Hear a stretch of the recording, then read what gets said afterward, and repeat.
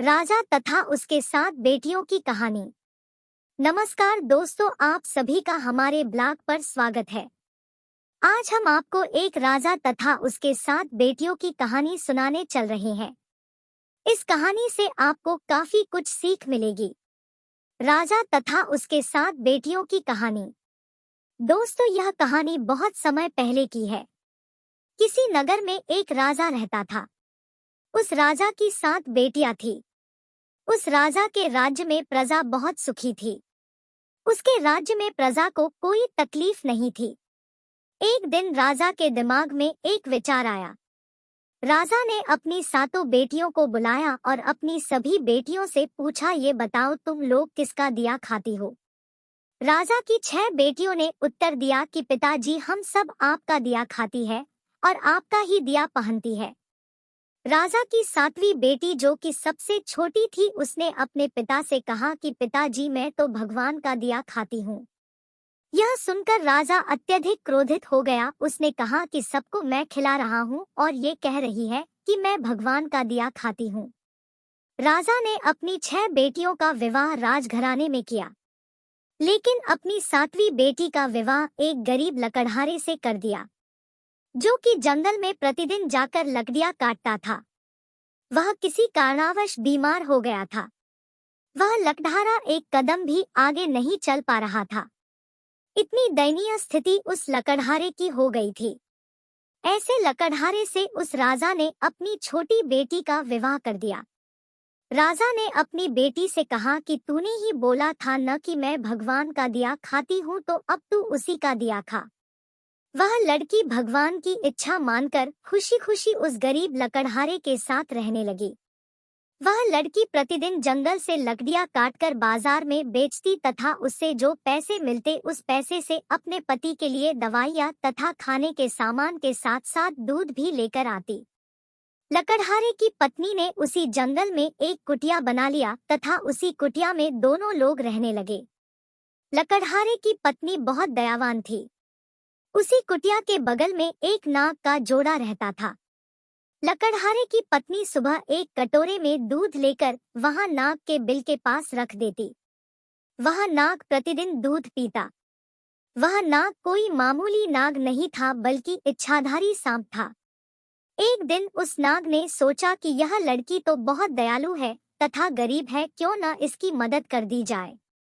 एक दिन उस नाग ने लकड़हारे की पत्नी के स्वप्न में आकर कहा कि बेटी, जिस स्थान पर तुम दूध का कटोरा रखती हो वहां पर तुम गड्ढा खोदना, तुम्हें बहुत सारी संपत्ति मिलेगी। उस संपत्ति से तुम सबका भला करना, लेकिन एक बात का ध्यान रखना कि कोई भी व्यक्ति तुम्हारे द्वार से भूखा न जाने पाए। लकड़हारे की पत्नी सुबह उठी और जिस स्थान पर नाग का जोड़ा रहता था वहां पर उसने खोदना शुरू किया। उसकी पूरी तकदीर बदल गई। उसे इतना ज्यादा सोना मिल गया कि उस धन से उसने एक महल बनवाया। उसने पूरा एक नगर ही बसा लिया। वह प्रतिदिन भूखों को भोजन करवाती थी। उसका पति भी अब पूरी तरह से स्वस्थ हो चुका था। एक दिन लकड़हारे की पत्नी सबको भोजन करवा रही थी, तब उसने देखा कि लाइन में सबसे पीछे उसका पिता तथा उसकी 6 बहनें भी लगी हुई थी। उसने सबको पहचान लिया और अपने पिता से पूछने लगी कि पिताजी, आपकी ऐसी हालत कैसे हो गई। उसके पिता ने कहा कि बेटी, मेरा सारा राजपाट छिन गया। तुम्हारी इन 6 बहनों को इनके पतियों ने धक्के मारकर अपने राज्य से बाहर निकाल दिया। अब हम सबकी यह दशा हो गई है कि हमें भी लाइन में लगकर भोजन करना पड़ रहा है।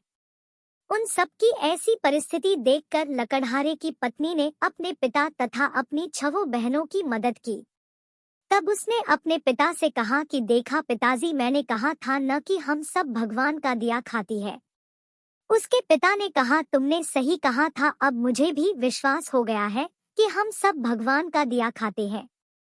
दोस्तों, आपको यह कहानी पढ़कर बहुत कुछ सीखने को मिला होगा। दोस्तों, इस धरती पर जब कोई बच्चा जन्म लेता है तो वह अपने भाग्य को भी अपने साथ लेकर आता है। वह किसी के भरोसे नहीं रहता है, क्योंकि सबका पालनहार वह परमेश्वर है। जो कुछ होता है सब कुछ उसी के ही इच्छा से होता है। जो कुछ होना है वह सब पहले से निर्धारित है। आपके चाहने से कुछ नहीं होगा, होगा वही जो भाग्य में उस विधाता ने लिख रखा है। इसलिए हमें कभी किसी बात की चिंता नहीं करनी चाहिए। भविष्य को भविष्य के गर्त में ही रहने दो, जो वर्तमान में हो रहा है उसे देखो। लेकिन इसका मतलब ये नहीं है कि हम अपना कर्म करना छोड़ दें।